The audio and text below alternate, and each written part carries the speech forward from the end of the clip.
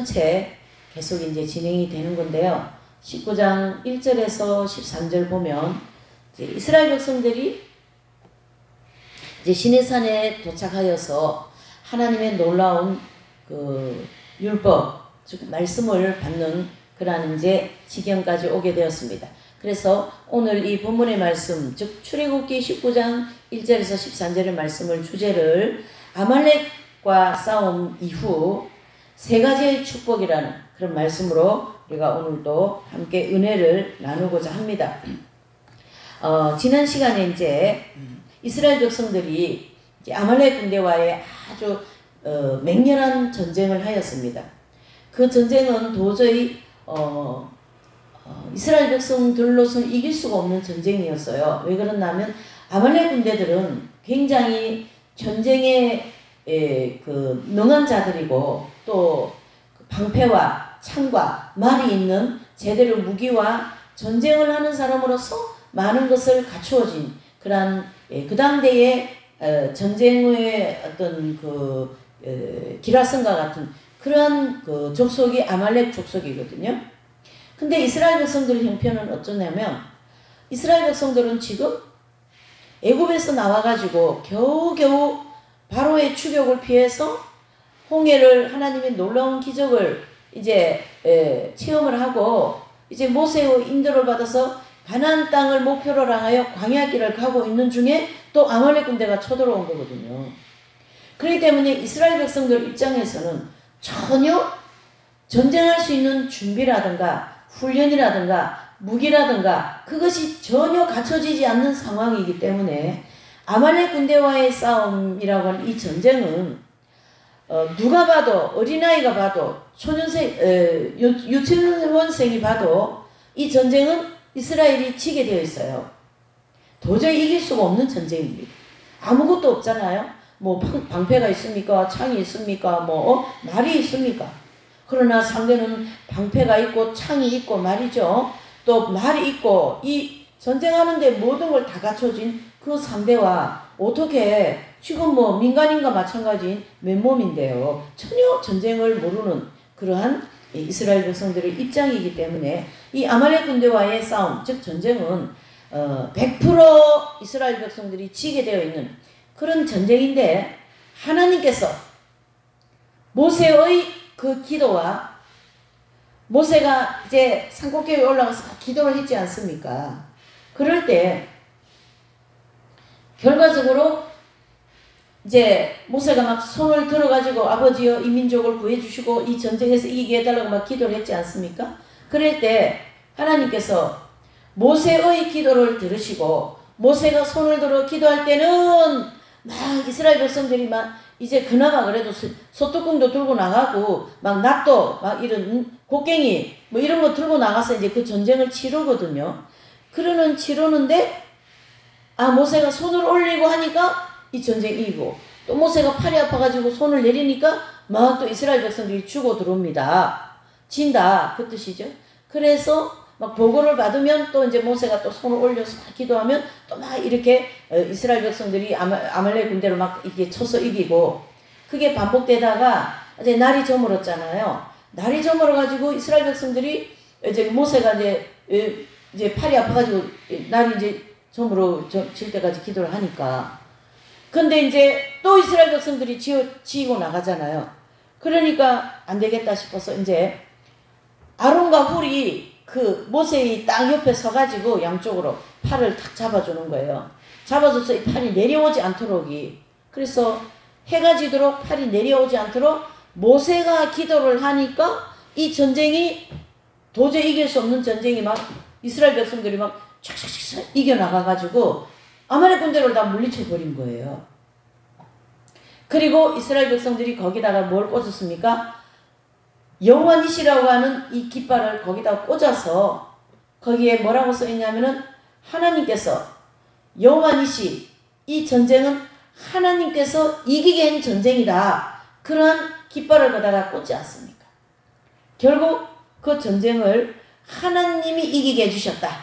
그게 바로 우리 성도들에게는 도저히 인간의 힘으로 이길 수 없는 이 죄와 인간의 힘으로 할 수 없는 이 정욕의 문제들 내 힘으로 도저히 내 문제를, 내 모든 이 결점들을 고치고 이길 수 없고 죄를 지을 수밖에 없는 이 인생들을 예수 그리스도의 십자가의 공로와 보혈을 통하여 성령님의 은혜로 이 영적인 아말렉 군대와의 싸움에서 이길 수 있게 해주신다. 그런 뜻이 되는 거거든요.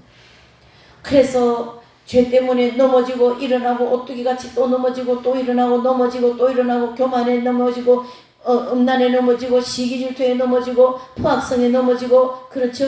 또 온갖 태만한 죄에 넘어지고 또 애정과 혈육 간 애정 넘어지고 남녀 간 애정에 넘어지고 또 사물에 대한 애정에 넘어지고 친구 간 애정에 넘어지고 명예욕에 넘어지고 그렇죠. 물욕에 넘어지고 음욕에 넘어지고 명예욕에 넘어지고 수면욕에 넘어지고 이런 애정과 욕망과 죄성에 하나님이 도와주지 아니하시면 넘어질 수밖에 없는 그러한 우리의 인생들을 그 아말렉 군대와 이스라엘 백성들의 싸움은 우리의 영적인 모습을 보여주는 거거든요.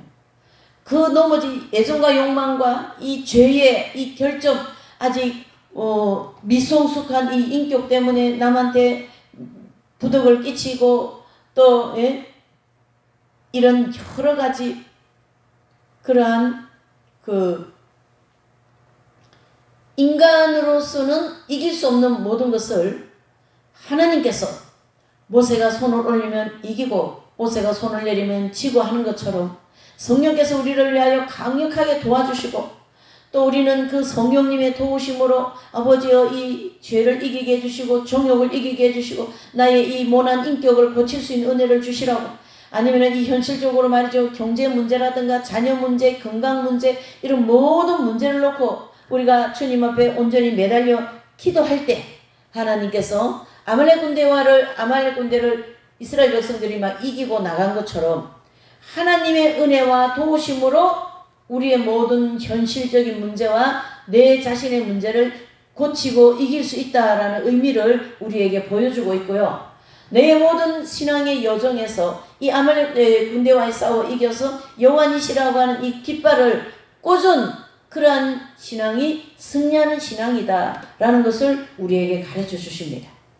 자, 오늘은 그 이스라엘 백성들이 이제 또 아말렉 군대를 물리치고 여호와니시 깃발을 꽂고 난 다음에 이제 또 광야를 향하여 이제 나아갈 때에 하나님께서 이스라엘 백성들이 어디에 도착합니까? 이제 그 시내산에 도착하는 거거든요. 시내산 입구에 도착하게 됩니다. 한 가지 더 짚고 넘어갈 거는 이 여호와니시를 통과하는 이 경험을 하는 성도들은요. 그전에는 내가 죄에 넘어지고 정욕에 넘어지고 내 결점에 넘어지고 나의 부족함 때문에 사람들한테 손가락질도 핀찬도 많이 듣고 이 모양 저 모양 시험도 많고 가정의 불화 뭐 이런저런 많은 일들을 겪다가 이제 하나님의 놀라운 은혜로 그 모든 환란 풍파의 환경들이 이제 그 아말렉 군대가 물러간 것처럼 그 배후에서 역사하고 있던 악령들이 다 물러가고 나니까 환경이 이제 어떻게 해요? 눈에 보일 정도로 하나님께서 정리를 시켜가시고 해결하게 하시고 또 함께 하신 것을 눈에 보일 정도로 볼 수가 있는 거죠. 그래서 내 마음이 막 그 어두움 때문에 죄 때문에 고통받은 그런 마음들이 어떻습니까? 막 시원하게 이 용서받은 기쁨과 또 하나님의 사랑과 또 하나님의 진리의 말씀이 막 깨달아지고 말이죠. 그 죄 때문에 고통받던 그 모든 또 현실적인 문제가 동서남북 사면초가로 묶여있던 것들이 하나 풀리고 이게 풀리고 저게 풀리면서 환경이 눈에 보이도록 아주 평탄한 그 축복의 환경으로 도래하는 것이 여호와니시 그 축복의 그 단계이거든요. 마치 이스라엘 백성들이 여호와니시 이제 이 깃발을 꽂고 제단을 쌓은 후에 하나님께서 이 모세의 장인 이드로라는 사람이 모세에게 찾아와가지고 모세에게 그래요. 자네가 말이지 이 많은 애굽에서 나온 인원이 60만 명이잖아요. 거기 또 뭐 애들, 여자, 노인 다 합치면 60만 명이 넘거든요. 장정만 60만 명으로 나왔다고 했기 때문에 그러면은 그 모세의 그 장인 이드로께서 오셔가지고 자네가 말이지 모세에게 그러죠. 자네가 이 많은 백성들을 어떻게 혼자 다 민원까지 다 볼 수 있겠냐. 너무 힘들으니까 그냥 조그마한 민원이라든가 이런 것은 사람을 신실한 일꾼들을 세워서 그들이 보게 하고 자네는 더 큰 일을 어제 이스라엘 백성들을 돌봐야 되지 않겠나. 이런 권면의 말씀을 해주는 거예요. 그 이드로 모세의 장인이죠. 그래서 모세가 그 얘기를 듣고 참 그 지혜로운 방법이다 싶어서 이제 천부장, 백부장, 50부장, 10부장을 세워가지고 이제 그 천부장, 백부장, 50부장 그런 사람들은 다 심지어가 견고하고 하나님에 대한 믿음이 튼튼한 그런 사람들을 세워갖고 이스라엘 백성들을 어떻게 큰 민원, 작은 민원 이런 것들을 돌볼 수 있도록 이제 전체 이스라엘 백성들의 질서가 잡히는 그러한 이제 일이 있어요. 여호와니시 이후에. 그것은 우리 성도들에게 어떤 의미냐면 그전에는 가정에도 막 영적인 질서가 막 뒤죽박죽이고 예배 생활도 그렇고 또 주일 성소라든가 또 하나님 앞에 살아가는 어떤 물질 문제, 자기 관리 문제 이 모든 것이 뒤죽박죽이었다면 이제 여호와니시 신앙 이후에는 하나님께서 쫙 가정도 말이죠. 복음주의적인 가정으로 딱 질서가 잡히고 또 예배 생활이라든가 기도 생활이라든가 말씀 생활이라든가 이런 것이 다 질서가 잡혀가지고 신앙생활을 어떻게 해요? 아주 아름답게 해나가는 또 뭐 이런 인간관계도 풀어줘서 더 좋은 관계가 되고 또 막 이렇게 막혀있던 물질들 말이죠. 막 빚으로 경제로 어려움이 많았던 그러한 과정은 경제가 쫙 풀려가지고 안 되던 사업도 되게 하고 그렇죠. 또 못 받은 돈도 받게 하시고 막 이런 형태로 여러 가지가 물질 문제, 경제 문제, 관계 문제, 가족 문제 이런 것이 질서가 차차차 영적으로 잡힌다라는 것을 우리에게 보여주고 있다는 얘기죠. 그래서 이 신앙생활 하는 중에 우리가 영적으로 쭉 이렇게 성장해 나가는 과정에서 이 여호와니시 이 신앙의 체험을 한 이후와 여호와니시 체험을 하기 전의 신앙은 판이하게 완전히 다릅니다. 신앙생활이 굉장히 아름답습니다. 믿음이 되게 좋은 사람으로 거듭납니다. 왜요? 그만큼 훈련을 받고 연단을 받았기 때문에 그런 차이가 있다 이렇게 볼 수가 있는 거죠. 그래서 이제 이 이스라엘 백성들이 오늘 이 본문의 얘기는 여호와니시를 통과하고 난 이후에 이스라엘 백성들이 시내산에 도착하게 되는 거죠. 그래서 19장 1절에 보니까 이스라엘 자손이 애굽 땅에서 나올 때부터 제3월 곧 그때에 그들이 시내 광야에 이르니라 그랬습니다. 그래서 2절에 보니까 그들이 르비딤을 떠나 시내 광야에 이르러 그 광야에 장막을 치니 그 앞에 장막을 치니라 그랬습니다. 자, 이스라엘 백성들이 시내 산에 이제 입구에 도달하였을 때 하나님께서 시내산에 이렇게 강림하신 그러한 것을 볼 수가 있어요. 이스라엘 백성들은 이쪽에 다 이제 이렇게 서 있는데요. 저기 시내산 그 산 꼭대기에 막 구름이 꽉 이렇게 이제 머물러 가지고 거기에 하나님이 임재한 것을 이스라엘 백성들이 느끼는 거죠.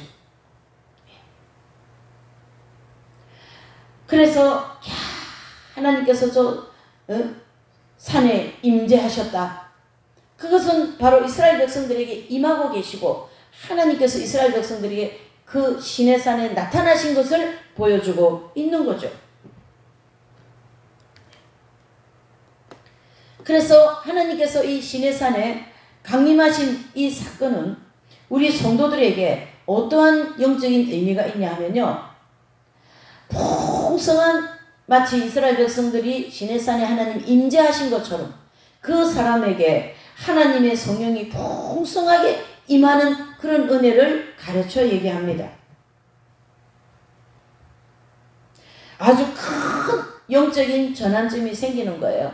그 전에 전혀 경험하지 못한 그러한 하나님의 놀라운 강림의 역사, 즉 성령의 뜨거운 역사가 일어난다 이렇게 볼 수가 있는 거죠. 그래서 성도들이 이 시내산에 도착한 이 경험은 크게 두 가지로 볼 수가 있는데요. 첫째로는 시내산에 도착한 이제 이 성도들은 실제 자신이 체험하는 것은 굉장히 신비 체험, 즉 영계의 체험을 풍성하게 합니다. 성령으로 충만하고요. 하나님의 사랑과 말씀이 풍성하게 깨달아지는 그러한 체험을 하게 돼요. 그래서 그전에도 영적인 체험을 했지만 그동안 체험해보지 못한 아주 영적인 깊은 체험을 주님과의 관계에서 일어나기도 하고 마음에 성령 충만하고 말이죠. 마음속에 막 하나님 사랑이 풍성하게 느껴지고 깨달아지는 그러한 은혜를 풍성하게 받는다라는 그런 영적인 의미가 우리에게 접목이 된다. 이렇게 보셔야 되는 거죠. 마치 예수님의 제자들 중에 이제 예수님께서 이제 그 변화산에 올라가시지 않습니까? 그때 3명의 제자를 데리고 가시거든요. 그러니까 베드로와 야고보와 요한 3명의 제자를 데리고 가서 거기서 예수님의 변화되는 모습과 거기 엘리야와 모세와 또 이제 이렇게 막 그 놀라운 영적인 깊은 체험을 그 3명의 제자가 하지 않습니까? 그러면서 베드로께서 그러죠. 주님이여 여기 가서 싸우니 여기에서 그냥 평생 살겠다. 그 은혜가 너무나도 풍성하기 때문에 그런 고백을 하는 장면을 볼 수가 있습니다. 그와 같이 이 시내산 하나님 강림하신 사건은 우리 성도들에게 그만큼 영적으로 풍성한 은혜를 하나님이 베풀어 주신다. 이렇게 볼 수가 있는 거죠. 또 여러 가지 은사 체험도 하게 하시고 말이죠. 놀라운 영적인 체험을 많이 하게 됩니다. 또 복음이 뭐라는 것도 깨달아지고요. 아, 복음으로 내가 구원받는다. 즉 복음 아니면 나는 구원받지 못한다. 이러한 복음 진리가 분명하게 깨달아지는 그러한 체험이 시내산 하나님 강림 사건이다. 이래 볼 수가 있습니다. 그래서 이 마틴 루터라든가 감리교를 창시한 요한 웨슬레라든가 또 장로교를 창시한 칼빈이라든가 또 중국의 그 선교사인 허도슨 테일러라든가 아니면은 중국에서 나온 그 성자 워치만니라든가 워치만니는 우리 개신교 성도들이 굉장히 많이 그분 책을 이렇게 보기 때문에 워치만니는 웬만하면 다 압니다. 영적인 좀 관심 있고 영적 생활을 좀 하려고 하는 사람은 이 워치만니 책을 많이 보는데요. 그 저자인 워치만니께서도 이 과정을 다 같이 통과를 했거든요. 그래서 이 시내산 하나님 강림하는 이 과정을 통과할 때에 칼빈이나 웨슬레나 루터나 이러한 분들은 다 신학자들, 대신학자들이고 감리교나 또 장로교를 창시하는 그런 창시자들이잖아요. 그러니까 이 아말렉 군대와의 싸움이라고 하는 이 놀라운 영적인 치열한 죄와 정욕과의 싸움이라는 이 치열한 싸움을 하고 난 이후에 즉 여호와 니시 깃발을 꽂고 난 이후에 시내산 하나님 강림이라는 이 체험을 통해서 크게 복음 진리가 깨달아진다는 얘기죠. 그래서 칼빈 같은 경우에는 기독교 강요라는 그 책을 저술하기도 하죠. 네. 그래서 무엇을 얘기하려고 하냐면요. 이 시내산 하나님 강림 사건은 하나님의 특별한 말씀이 더 깊게 깨달아지고 또 한 분류는 여러 가지 은사 체험도 하고 복음 진리도 깨닫고 막 이런 그런 뭐라 그럽니까? 영적인 것과 말씀과 더 나아가서 현실적인 이 환경도요. 만약에 목회를 하는 목사님 같으면요. 막 목회가 안 되어가지고 막 목회가 그냥 성도들도 다 나가버리고 교회가 문 닫을 지경까지 갔지만 이 경험을 할 때는 그렇게 되어진 교회를 하나님이 다시 풍성하게 축복하시고 또 나 같은 성도들도 들어오게 하시고 또 말씀을 통하여 막 성도들이 큰 은혜도 받게 하시고 출애굽도 하게 하시고 여러 가지 교회 하면 목회자가 대표지 않습니까? 그러니까 목회자를 예화를 들으면 그렇다라는 거고요. 개인적으로도 성도들 입장에도 이 경험을 하는 사람들은 이렇게 막 진리가 깨달아지고 막 그전에는 목사님이 설교하는 글에 막 지겹게 들리는 것도 막 은혜가 되어가지고 말씀이 막 진짜 심령 골수 막 쪼개는 그런 말씀으로 나한테 들려오기도 하고요. 그래서 막 더 은혜가 되고 예수님에 대한 믿음이 더 튼튼해지고 그렇다라는 거죠. 그래서 이 여호와 니시 이후에 오는 첫 번째 축복은 이와 같이 시내산에 도착하여서 하나님이 강림한 사건처럼 이스라엘 백성들이요, 우리 성도들에게는 놀라운 은혜, 또 문제 해결, 또 내 심령에 묶여있는 거, 관계 회복, 뭐 교회 여러가지 문제점 이런 것들이 다 해결이 나는 어때요? 풍성한 하나님의 인재의 역사가 일어난다라는 그러한 영적인 축복이 임한다라는 거죠. 자, 두 번째, 이 세 가지 축복 중에요, 그러니까 여호와 니시 경험 이후의 세 가지 축복 중에 두 번째 축복은 성막에서 율법이 선포되지 않습니까? 그래서 하나님이 그 시내산에 이제 모세가 올라가서 십계명을 받아옵니다. 그래서 그때에 율법이 613가지가 선포되는 거예요. 그래서 성막에서 이제 율법이 선포되는데요, 이제 하나님께서 모세를 통하여서 성막을 지으라는 지시도 하게 되고 성막도 짓고 거기서 또 어떻게 해요? 613가지라고 하는 율법이 이제 선포되거든요. 그러니까 오늘 이 19장 말씀과 같이 8절에 보니까 백성이 일제히 응답하여 가로되 여호와의 명한 대로 우리가 다 행하리이다. 모세가 백성의 말로 여호와께 회고하매 그랬어요. 무슨 말씀입니까? 우리가 다 일제히 그 말씀을 지키겠나이다. 그러한 말씀인 거거든요. 그 율법이 선포되는 그 놀라운 하나님의 말씀을 듣고 성도들이 그 말씀을 지키고자 하는 그런 뜨거운 마음이 그 심령 속에서 일어난다, 이런 뜻입니다. 그래서 이스라엘 백성들에게 하나님의 율례와 법도를 선포하여서 그 모든 백성들이 그 율례와 법도를 지키겠다고 아멘하고 받아들인 것처럼 이 모형적인 진리를 우리 성도들에게 적용을 하면 새로운 영적 생활이 시작되고 성령의 역사가 풍성하게 일어나고 말이죠. 또 내 모든 영적인 분별력이 이것은 빛이고 이것은 어둠이고 복음에 대한 진리가 풍성하게 깨달아지고, 또 더 나아가서 여기 이제 보시면 여기 있죠. 여기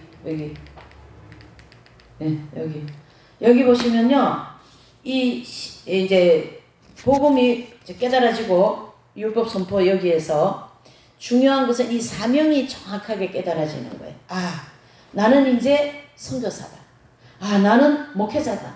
나는 수도사다. 나는 성도로서 나는 이런 일을 해야 되겠다. 만약에 주일학교 반사를 계속했으면 주일학교 반사하는 교사가 이 경험을 한다고 생각해 보세요. 쉽게 얘기해서. 그러면 주일학교가 막 부흥을 해요. 아이들이 막 가서 붙어요. 하나님이요. 그래서 아이들한테 막 복음 전하니까 애들이 막 출애굽을 하고 말이죠. 그런 일이 또 일어나는 거죠. 그러면서 내 사명은 이 아이들을 돌보는 사명이다. 그러면서 자기 사명이 그걸 가지고요, 그 신앙의 모든 여정이 끝까지 가져가는 그런 사명이 주어진다고요. 이 율법 선포의 이 단계에서 굉장히 중요한 그 영적 체험이죠. 예.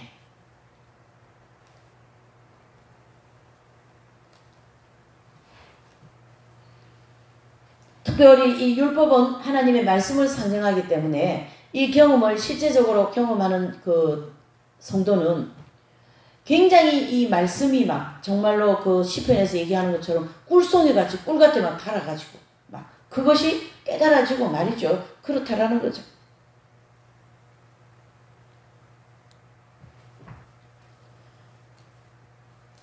그래서 이 출애굽기 19장서부터 쭉 계속 어떻게 해요? 계명이 이제 주어지는 그런 어떤 율법 선포하는 사건들이 쭉 진행이 되는 거거든요. 예. 그래서 하나님께서는 이 율법을 통하여 어떻게까지 말씀하냐면 20장요 24절에 25절에 보면 내게 토단을 싸고 그 위에 너의 양과 소로 너의 번제와 화목제를 드리라. 내가 무릇 내 이름을 기념하는 하게 하는 곳에는 내게 강림하여 복을 주리라. 25절요. 내가 내게 돌로 단을 쌓거든 다듬은 돌로 쌓지 말라. 내가 정으로 그것을 쪼면 부정하게 함이라. 무슨 말씀이냐면요, 이제 이스라엘 백성들에게 이 계명을 쫙 선포하면서 이제 말씀을 받지 않았습니까? 그 말씀대로 살아가는 삶에서 출애굽기 20장 24절 25절을 보니까 단을 즉 돌로다가 단을 쌓는데 그 단을 25절을 보니까 뭐라 그러냐면 다듬지 않은 돌을 쌓으라는 거예요. 다듬지 않은 돌. 이게 뭘 얘기해 주냐면요. 그 돌을 막 아름답게 막 다듬는 이렇게 조각을 해서 모양을 내어가지고 그렇게 아름답게 해서 하나님 앞에 단을 쌓는다고 그렇게 이제 한다면 하나님의 말씀에는 그 돌을 다듬지 말라 그랬어요. 그러면 왜 다듬지 말라고 합니까? 25절 후반부에 보니까 단을 쌓거든 다듬은 돌로 쌓지 말라. 내가 정으로 그것을 쪼면 그 돌을 다듬는 동안에 내 정이 들어가고 내 여러 가지 인간 생각이 들어가고 그렇게 해서 그 돌을 아름답게 쌓아가지고 다듬어가지고 하나님 앞에 단을 쌓은 것이 야, 저 돌 정말 아름답게 잘 깎았어. 조각을 너무 멋지게 잘했어. 누가? 내가. 그런 내가 내지는 내 자아가 들어가기 때문에 그는 주님 보시기에 아름답지 않다. 그러니까 어떻게 해요? 다듬지 않는 생긴 모양 그대로 그 돌을 그냥 어디에요? 하나님 앞에 단으로 쌓아. 그러면 내가 어떤 내공이 들어가지 않고 내 정이 들어가지 않고 자기 어떤 어떤 공로가 들어가지 않는 깨끗한 단을 쌓게 된다. 그것을 말씀해 주고 있어요. 이 말씀은 뭐냐면 이 아말렉 군대와의 싸움을 통과하고 난 이후의 성도들의 영적 상황은 그렇게 하나님께서 더 주도면밀하게 빛과 어둠, 정욕과 어떻게 해요? 영적인 것, 육신적인 것, 영적인 것 이런 것들을 정확하게 분리시키면서 영적인 길을 걷게 하시겠다라는 뜻을 말씀해주고 있다라는 거죠. 그래서 신약에서 주님이 우리에게 너희는 넓은 길로 가지 말고 좁은 길로 가라 그랬어요. 이 좁은 길로 가라는 것은 우리가 영적으로 이렇게 이제 성장해 가면서 길이 어떻게 해요? 더 좁아지는 것을 우리에게 가르쳐 주고 있어요. 뭐냐면 더 죄와 정욕과 자기 자신을 주님 앞에 더 어떻게 해요? 주도면밀하게 영적인 것과 육적인 것을 분별하여 언제나 영적인 것을 선택하여서 가야 된다. 그걸 말씀해 주고 있거든요. 그 영적인 것을 선택하여 가는 모든 길은 좁은 길이다. 그 뜻이 되는 거죠. 그래서 우리가 이 사명을 감당하면서 나는 교회도 부흥되고 말이죠. 마치 라오디게아의 교회 사자같이 교회 부흥되고 11조도 많이 들어오고 사례비도 많이 받고 뭐 좋은 자동차 타고 교회 목회 성공했다 하지만 하나님께서는 그 7교회의 그 책망 중에 가장 무서운 책망을 한 것이 라오디게아 교회에 이어 그 사자거든요. 왜요? 넓은 길을 간 거거든요. 그 모든 하나님이 주신 것을 자기 정욕을 위하여 오히려 더 나는 부자다. 부유하여 부수한 것이 없다. 이렇게 마음에 그 자기 애정과 욕망을 꽉 채워가지고 목회라고 하는 사명을 감당하기 때문에 그 사명은 넓은 길이요. 정과 욕을 오히려 만족시키는 그러한 것이기 때문에 하나님께서는 거기에다가 책망을 하셔서 그것을 속히 정리하고 그런 마음, 그런 정욕적인 마음들을 속히 정리하고 어떻게 해요? 연단을 받아서 믿음을 가지고 영적으로 나가는 목회자가 되어라 라고 말씀하지 않습니까? 그것은 이 율법이라고 하는 하나님의 복음 진리가 우리 내면을 비추면서 산상수훈의 말씀 오리를 가져면 심리까지 가지고 또 겉옷을 달라 하면은 속옷까지 내어주고 또 오른쪽 밤을 때리면 왼쪽 밤도 돌려대고 뭐 목회를 하든 선교를 하든 수도 생활을 하든 뭐 무슨 어떤 사역을 감당하든 하나님 말씀 중심적으로 밝은 빛 가운데 하여야 된다. 그것을 말씀해주고 있는 그걸 강력하게 그 말씀을 하시는 단계가 이 율법 선포 단계이거든요. 그러니까 그 말씀 들으면요, 지금은 은혜가 풍성하기 때문에 이 말씀은 성도들에게 막 아버지 감사합니다. 제가 이 복음을 위해서 내 일생을 바치겠습니다. 일생을 뭐 선교를 나가겠습니다. 일생을 주님의 수도사로 제가 살겠습니다. 뭐 그렇게 하면서 다 이제 나가게 되는 거죠. 참 놀라운 일이 아닐 수가 없는 거죠. 그러니까 신앙생활 전체에서 하나의 이 한 사람을 완전히 바꿔놓는 그러한 전환점이 된다 이렇게 보셔야 되는 거예요. 이 성막에서 율법 선포되는 이 단계는. 그래서 우리 성도에게는 말씀의 축복이 굉장히 강력하게 임합니다. 이때 그 사역의 그런 모든 것이 정해질 수밖에 없어요. 왜 그러냐면 그렇게 뜨겁게 하나님의 은혜를 받기 때문에 가만히 앉아 있어질 수가 없어요. 그 심령은 지금 너무 감사하고 감격이 무량하고 눈물 나고 뭐 이루 말할 수 없는 그런 놀라운 하나님의 은혜를 체험하게 하시는 단계다. 이 성막에서 율법이 선포되는 단계가요. 네. 자, 이 여호와니시 이후에 오는 세 번째 축복. 자, 가나안 땅 정탐 사건이 나옵니다. 가나안 땅 정탐 사건. 자, 하나님께서 이스라엘 백성들에게 이 율법을 선포한 이 일이 끝나고 난 다음에 이제 계속 이스라엘 백성들이 가데스 바냐에 도착을 했습니다. 가데스 바냐에 도착을 했을 때 하나님께서 모세를 통하여 이제 가나안 땅을 이제 정탐하게 하게 하고 오게 하는 일이 생기는 거죠. 그때에 각 지파에서 한 명씩 뽑아요. 한 명씩 뽑아가지고 12명을 이제 어디로 보내냐면 가나안 땅에 정탐을 하고 와라. 그 땅이 정말로 젖과 꿀이 흐르는 땅인지 확인하고 와 보라. 그러면서 12명을 보내는 그런 이제 사건이 있지 않습니까?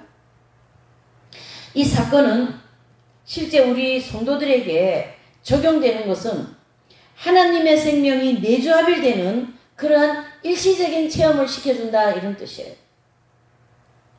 무슨 뜻이냐 하면요. 성령의 하나님께서 그 영혼의 마음에 성소가 있고 지성소가 있다면 지성소까지 안으로 쑥 성령님이 들어오셔가지고 일시적으로 그 영혼에게 뭔가 영적인 주님과의 하나가 되어진 즉 합일이 되어진 것처럼 그런 일시적인 경험을 시켜주는 놀라운 체험을 하게 하십니다. 엄청난 일입니다. 이 일은. 그래서 마치 요한복음 15장 4절의 말씀같이 너희가 내 안에 가라 나도 너희 안에 거하리라 이러한 말씀이 실제적으로 그 순간적으로 깊이 체험이 되어버립니다.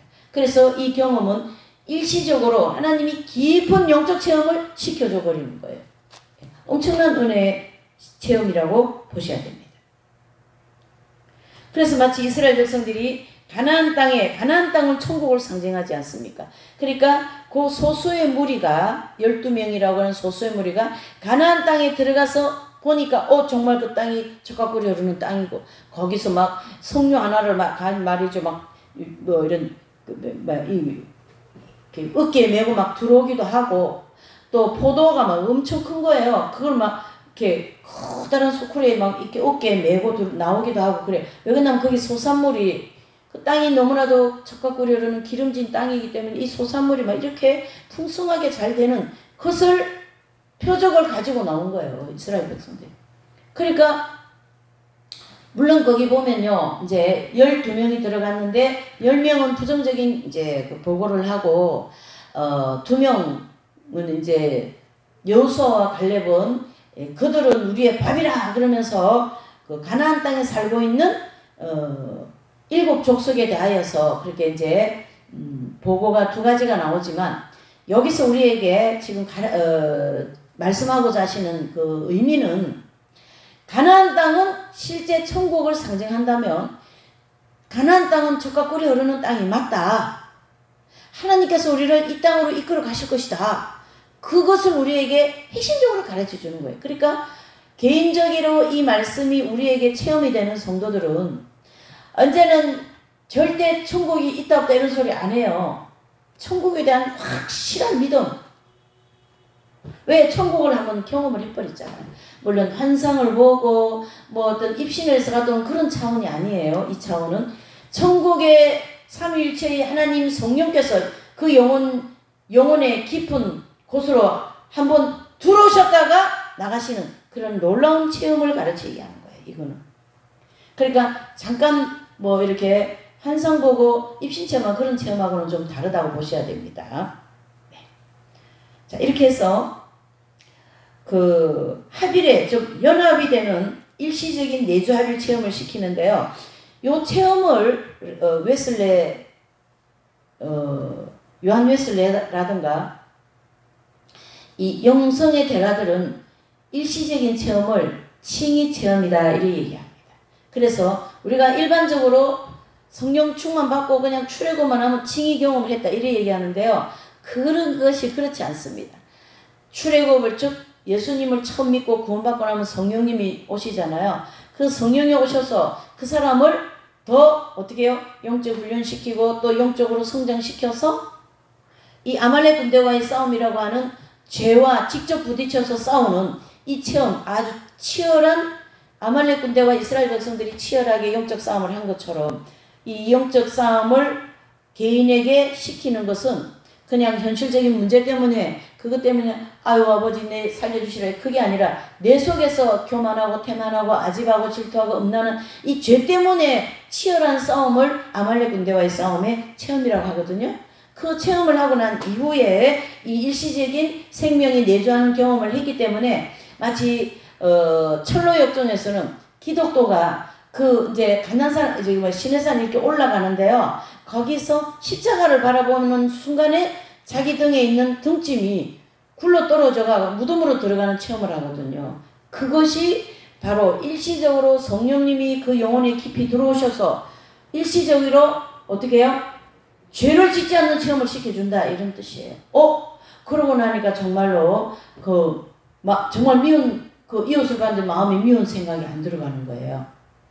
정말로 그 영혼에 대한 정말 사랑의 마음이 막 안에서 막 우러나는 그런 그전에도 이후에도 체험하지 못한 체험을 하나님이 시켜주신다. 그게 바로 일시적인 영적 깊은 체험을 시켜준다라는 거고요. 그것을 신학적으로는 칭의 경험이다 이렇게 얘기합니다. 이 칭의 경험을 하고 난 이후에는 다시는 하나님 앞에 어떻게 해요? 세상으로 돌아가지 않는 그런 놀라운 체험을 하게 해주는 거죠. 마치 이스라엘 백성들이 어떻게 돼요? 그 12명이 천국을 상징하는 가나안 땅에 들어갔다 나오는 것처럼 일부에 깊이 체험시키는 성도들 이런 체험을 하고 또 나머지 성도들은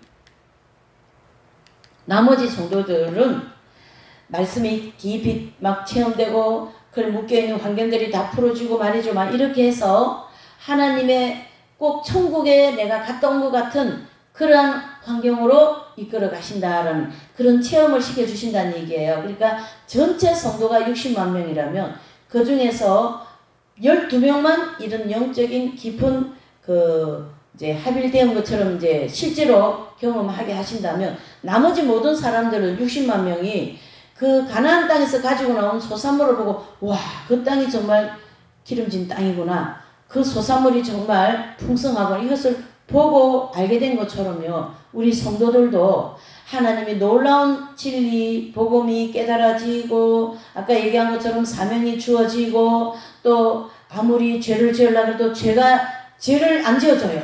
그전에는 저 원수가 그냥 원수같이 보였는데 이 체험할 때는요. 저 원수가 사랑으로 변해버리는 거예요. 그게 성령께서 안에서 막 하는 거거든요. 뭐 주변적인 현실적인 문제 해결되는 거는 말할 것도 없고요. 이게 뭐 현실적으로 문제 해결되는 것보다 영적으로 이런 깊이 체험하는 게 더 중요하거든요. 그래서 주님을 더 깊이 알아나가는 게 이게 바로 영적인 성장인 거니까요. 예. 굉장히 중요한 경험이죠.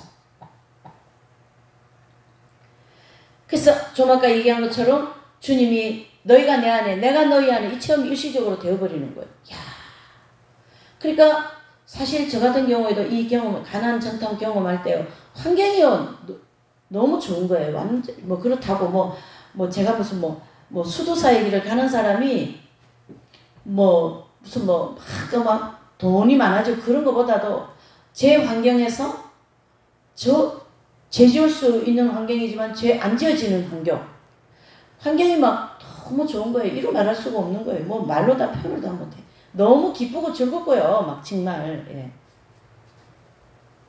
그런 체험을 주님이 이제 이 가나안 정탐이라고 하는 체험을 통하여서 이제 하게 해주신다라는 거죠. 그래서 여호와 니시 깃발을 꽂고 난 이후에 성도들에게 세 가지의 축복이라는 것은 이스라엘 백성들이 시내산에 도착하였을 때 시내산에 하나님이 강림하신 사건과 그 다음에 그 두 번째 오는 축복은 율법이 선포되는 복음 진리가 선포되는 사건과 또 세 번째로는 직접 가나안 땅 들어갔다가 나온 것처럼 성령이 그의 심령에 직접 들어오셔가지고 죄를 다스려주고 정욕을 다스려주고 막 밝은 빛 가운데 성인들처럼 살아갈 수 있는 그런 은총을 주시는 단계. 이렇게 여호와 니시 깃발을 꽂고 난 이후에 그 한 영혼에게 하나님이 세 가지의 축복을 동시상용적으로 줘버립니다. 그래서 시내산 하나님 강림, 율법 선포, 가나안 땅 정탐 이것이 아주 그 한 영혼이 하나님 나라에 들어가기에 이 광야의 길을 해서 어떤 하나의 사람으로 따지면 허리와 마찬가지예요. 그래서 허리와 같은 이 부분에 아주 강력하게 하나님 역사하셔가지고 강한 힘을 통하여 다시금 어디요? 천성을 향하여 달려갈 수 있는 새 힘을 주시는 놀라운 은혜의 단계다. 이렇게 볼 수가 있는 거죠. 조금 비율적으로 얘기를 하면요. 이 단계까지 들어가기에 성장하는데 그렇게 쉽지가 않습니다. 그래서 요한 사도께서는 우리 성도들을 단계를 세 단계로 나누지 않습니까? 아이들의 단계가 있고 청년의 단계가 있고 아베들의 단계가 있는데 이 가나안 정탐까지 세 가지의 축복을 받은 이 체험을 한 성도는 청년의 단계에 해당되는 그러한 영적으로 훅 자란 거예요. 초등학생에서 아말렉 군대와의 싸움을 통하여 확 치열한 영적 훈련을 받아가지고 어떡합니까? 고등학교 졸업하고 대학생이 된다. 이런 청년의 단계가 들어갔다. 이런 뜻이에요. 그러니까 성장론에서 볼 때에 굉장히 성장을 많이 한 사람으로 우리가 봐야 된다. 이렇게 볼 수가 있는 거죠. 그래서 그러한 이제 영적으로 청년의 단계에 들어간 성도들이기 때문에 하나님의 말씀이 제대로 들리는 거예요. 하나님 말씀을 지키지 않으면 그 하나님 말씀은 천둥번개같이 들리는 거예요. 그래서 하나님 말씀 지키지 않으면요. 하나님이 천둥번개같이 벌하신다는 걸 알고 있어요. 이거를. 그래서 그 경험하고 난 이후에 또 이제 가나안 땅을 향하여 이스라엘 백성들이 또 열심히 가고 있지 않습니까? 와 같이 그 경험을 한 이후에 성도들은 열심히 천국을 향하여 가는 과정에서 자기가 마음이 높아져 가지고 하나님 주신 말씀의 능력과 여러 가지 이런 어떤 영적인 체험이나 영적인 풍성한 자산을 자기 종욕을 위하여 축적하다가 가라지가 되기도 하고. 그래서 늘 깨어서 어떻게 해요? 자기 관리를 해줘야 되는 단계가 이 청년 단계 이후가 되는 겁니다. 왜요? 하나님께서 그렇게 살 수 있도록 이 엄청난 어떻게 해요? 은혜를 주셨기 때문에 이 세 가지의 축복이 그 얘기거든요. 자, 그러면 이제 한 성경 인물을 중심으로 이 경험을 한번 우리가 접목을 해보려고 합니다. 다윗을 한번 경험하는 데 대해서 한번 살펴볼까 합니다. 다윗은 이스라엘 초대 사울 왕 다음에 두 번째 왕이죠. 이분이 이제 이 영적인 경험을 하는 내용을 쭉 이제 사무엘 상하 쭉 나오는데요. 다윗이 무리바 생수 체험을 하는 단계는 사무엘상 22장 1절에서 10절을 보면 아돌람 굴 망명생활 중에 선지자 갓이 와가지고 다윗에게 이 광야에서 이 망명생활 하지 말고 유대로 돌아가라 그런 계시를 받을 때가 이 다윗이 무리바 생수 경험을 하는 단계예요. 무리바 생수 경험은 아말렉 군대와의 싸움 전쟁하기 전에 큰 은혜를 받는 단계이거든요. 그리고 난 다음에 아말렉 군대가 쳐들어오는 거거든요. 자, 그래서 다윗의 무리바 생수 경험은 망명생활 중에 갓 선지자가 와서 유대 땅으로 돌아가라는 계시를 받을 때가 사무엘상 22장 1절에서 10절에 나옵니다. 그 받을 때가 다윗에게는 어떻게 해요? 무리바 생수 체험이었다 이래 볼 수 있고요. 또 다윗에게 아말렉 군대와의 싸움은 사무엘상 22장 20절에서 23절에 나오는데요. 아비아달 제사장이 가족 85명을 다윗의 용거로 모두 죽었다는 소식을 아비아달 제사장이 이제 다윗에게 들려줘요. 그러면서 이스라엘 땅에 들어가 사울의 계속 추격을 당하는 그 중에 황무지에서 요나단을 만나는 과정까지가 아말렉 군대와의 싸움의 과정입니다. 그래서 이제 그 사무엘상 22장 20절에서 23절에 보면 이제 아비아달 제사장이 다윗이요 이 85명이 가족이 다 죽었다 그렇게 보고를 할 때에 다윗이 뭐라고 고백하냐면 나 때문에 다 죽었다 그러면서 자신이 그 자신 때문에 85명의 가족이 다 죽었다는 소식을 듣게 되고 다윗은 계속 어떻게 합니까? 이스라엘 땅에 들어가 사울의 추격을 계속 당하지 않습니까? 다윗은 별로 잘못한 게 별로 없어요. 그런데 사울의 추격을 계속 받죠. 왜요? 사울에게 시기를 받아가지고. 그래서 다윗은 참 그 사울 왕의 추격을 받을 때가 굉장히 고통스러운 그런 시간을 보내는 그 시간이 아말렉 군대와의 싸움의 시간이다라는 걸 영적 성장에서 볼 수가 있는 거죠. 그러면서 그 항무지에서 요나단을 만나는 과정이 나옵니다. 거기 보면 그래서 요나단을 만나면서 그 아말렉 군대와의 즉 사울 왕의 추격이 끝나는 그런 어떤 단계가 들어옵니다. 그러면서 이제 누굽니까? 이 다윗이 요나단을 만나는 단계는 바로 요나단이 요나단이 다윗에게 이래요.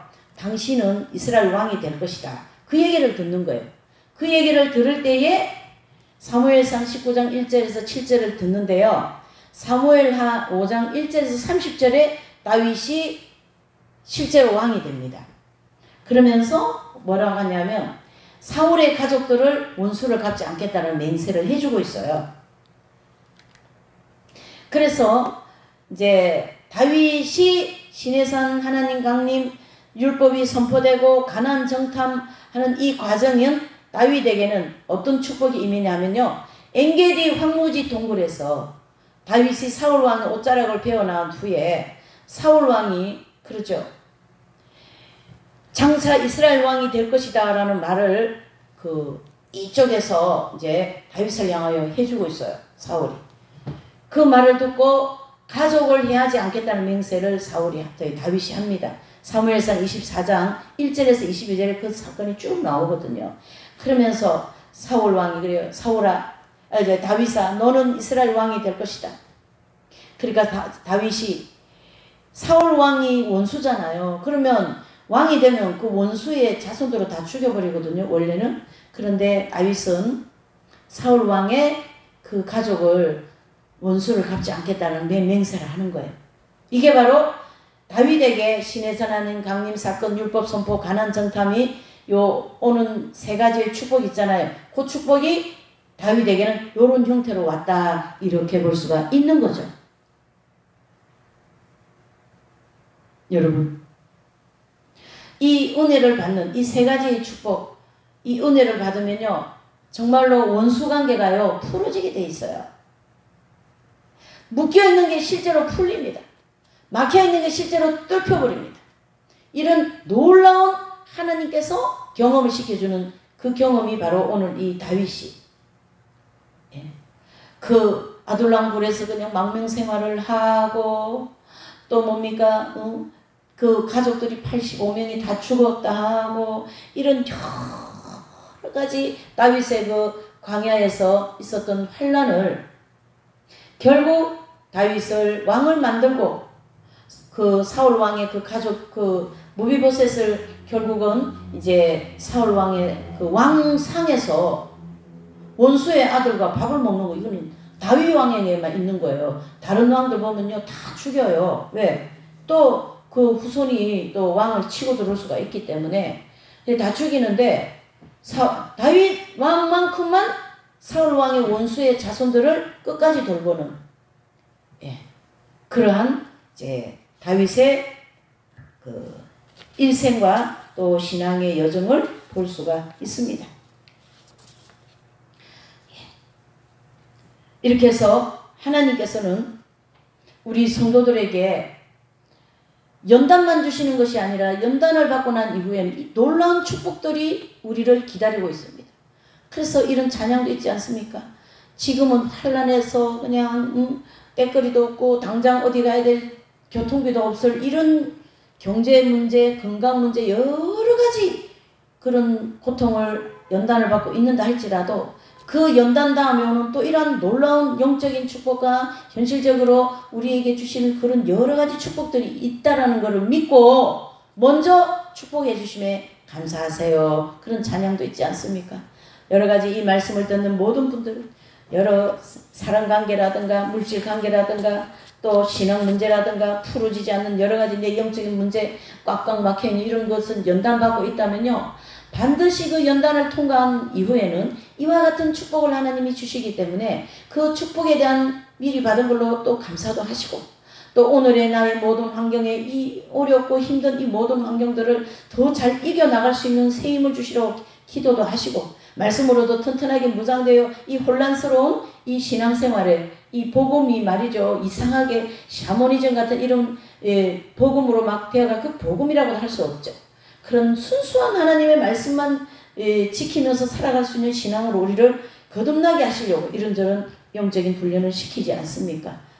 해서 오늘 이스라엘 백성들에게 시내산 하나님 강림 율법이 선포되고 가나안 정탐까지 시켜주신 것처럼 우리에게도 이러한 놀라운 하나님의 인재와 또 놀라운 이 복음 진리가 깨달아지는 것과 말씀이 무장하는 것과 또 영적인 그 가나안 정탐과 같은 놀라운 체험들을 하여서 예수님을 더 많이 사랑하시고 예수님을 더 많이 어떻게 해요?